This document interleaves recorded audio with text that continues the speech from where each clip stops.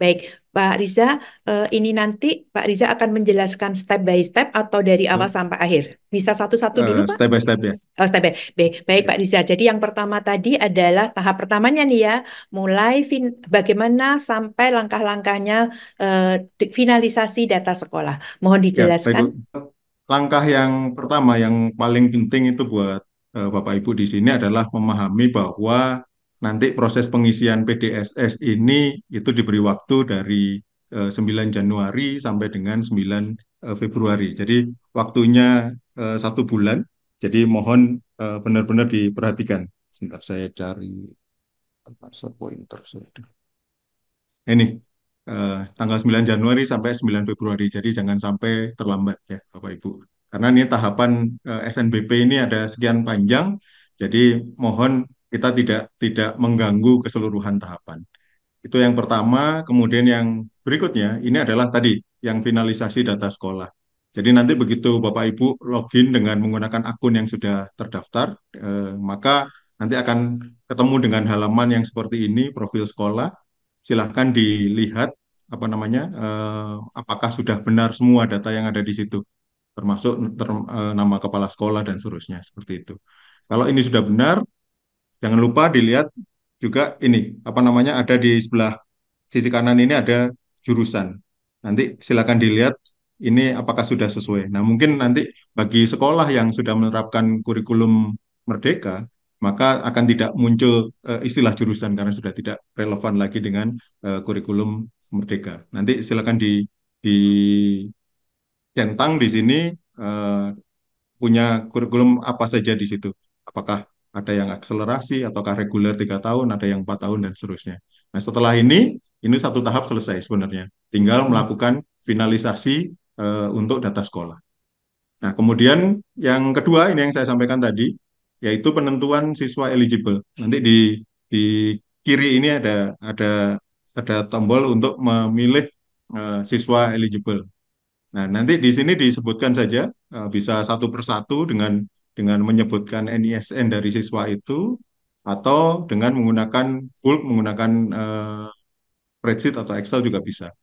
Nah, di sini mungkin apa namanya, kadang-kadang ada masalah-masalah yang terjadi, yaitu misalnya ada siswa dengan NISN yang belum terdaftar di Dapodik. Nah, silakan ini diselesaikan ya dengan Dapodik, siswanya didaftarkan dan seterusnya, sehingga nanti pada saat Bapak Ibu masuk ke aplikasi ini, semua siswanya sudah terdaftar. Begitu. Ini tahap yang kedua, relatif sebenarnya kalau Bapak Ibu sudah punya datanya sekarang, mestinya ini bisa dilakukan dengan cepat juga. Kemudian langkah yang ketiga, ini adalah penentuan kurikulum. Di dalam penentuan kurikulum ini, itu Bapak Ibu harus memastikan di setiap semester itu pelajaran apa yang diberikan kepada siswa. Nah, ini untuk yang mengikuti kurikulum Merdeka, maka yang dituliskan di sini itu adalah seluruh pelajaran yang ditawarkan kepada siswa. Jadi kalau kan ada wajibnya dan ada pilihan. Nah, pilihan ini seluruh pilihan yang ditawarkan. Nanti siswa pada saat sekolah pada waktu memasukkan nilai siswa, maka nanti akan dipilih bahwa siswa ini mengambil pilihan yang ini, mengambil pilihan ini, dan seterusnya. Yang tidak diambil bisa dikosongkan, gitu. Hmm. Itu prinsipnya. Ini penentuan kurikulum, jadi ini dilakukan di setiap semester ya. Semester pertama seperti apa, kedua seperti apa, dan seterusnya sampai semester 5. Nah, ini tahap yang ketiga. Jadi sebenarnya ini relatif Bapak Ibu kalau mengisikan mulai dari langkah pertama, kedua, ketiga ini harusnya nggak sampai 1 hari selesai sebenarnya. Hmm. Hanya beberapa jam saja ini mestinya. Iya. Kami sudah melakukan uji coba dengan ada 2 sekolah juga yang melakukan ini, itu penentuan kurikulum ini nggak nyampe 2 jam. Jadi Hmm. dari awal tadi yang 3 tahap ini itu tidak sampai 2 jam selesai. Nah, kemudian mungkin yang agak lama adalah ini pengisian nilai, karena pengisian nilai ini tahap keempat ya, pengisian nilai itu dilakukannya per siswa. Nah, jadi saya menyarankan kalau Bapak Ibu punya siswa dengan jumlah yang cukup banyak, maka nilai siswanya dimasukkan ke dalam spreadsheet seperti ini. Jadi silakan di-download template-nya, kemudian diisikan. Nanti bagi siswa yang ini contoh ini ada mata pelajaran pilihan begitu. Bagi yang siswa yang tidak mengambil pilihan tersebut ya langsung dikasih tanda X begitu, bahwa dia tidak mengambil pilihan tersebut. Ini untuk yang kurikulum merdeka. Seperti itu. Nah, setelah pengisian selesai, pengisian nilai selesai, sebetulnya tahapannya selesai, sebetulnya pengisian PDSS. Nah, di paling bawah itu jangan lupa ada finalisasi ya. Bahwa di setiap tahap tadi itu ada finalisasinya. Jadi 4 tahap, Hmm. mulai finalisasi data sekolah, finalisasi siswa eligible, finalisasi kurikulum dan nilai. Ini semua ada finalisasinya. Jadi setiap tahap itu dibuktikan berakhirnya itu dengan adanya finalisasi ini. Begitu sudah finalisasi, maka itu datanya dianggap sudah firm ya. Memang kami juga memberikan fitur untuk pembatalan finalisasi. Jadi ada beberapa sekolah yang kadang-kadang sudah sampai ke finalisasi tapi mau melakukan koreksi lagi ya. Ya silakan itu melakukan pembatalan finalisasi.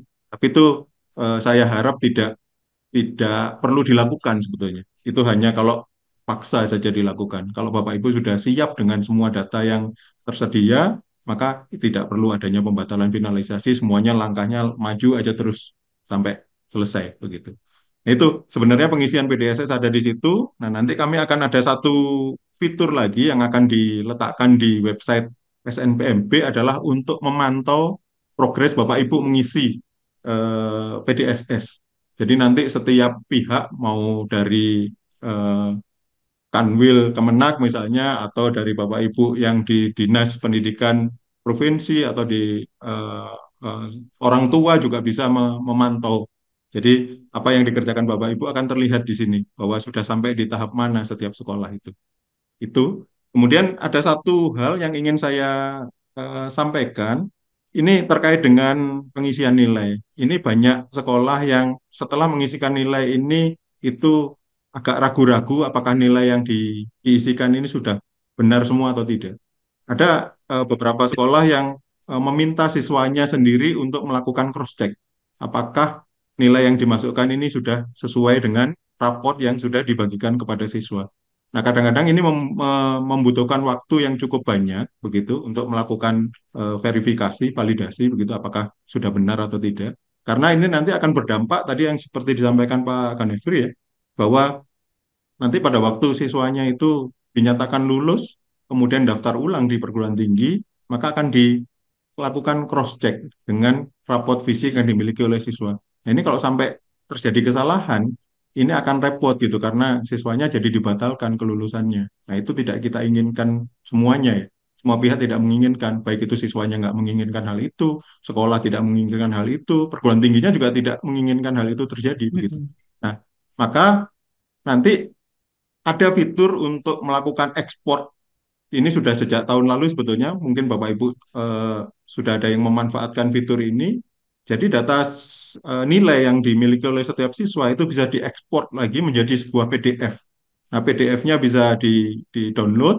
Kemudian kalau perlu, silahkan ini PDF-nya di-print karena ini adalah setiap siswa ini. Setiap siswa, satu halaman itu satu siswa. Jadi nanti kalau ini di-print, dibagikan ke setiap siswa, siswa bisa melakukan cross-check apakah benar nilai-nilai yang dimasukkan di sini sesuai dengan yang ada di raport fisiknya. Nah, ini akan mempercepat lagi ini prosesnya. Ini ada satu contoh nih.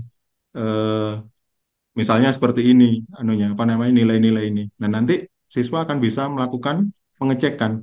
Bahkan mungkin bisa dibantu orang tuanya juga gitu kalau perlu di rumah Hmm. begitu bisa dibawa Iya. pulang, kemudian dicek. Oh iya benar ini bahwa pelajaran ini dapat nilai sekian di semester sekian dan seterusnya. Seperti itu.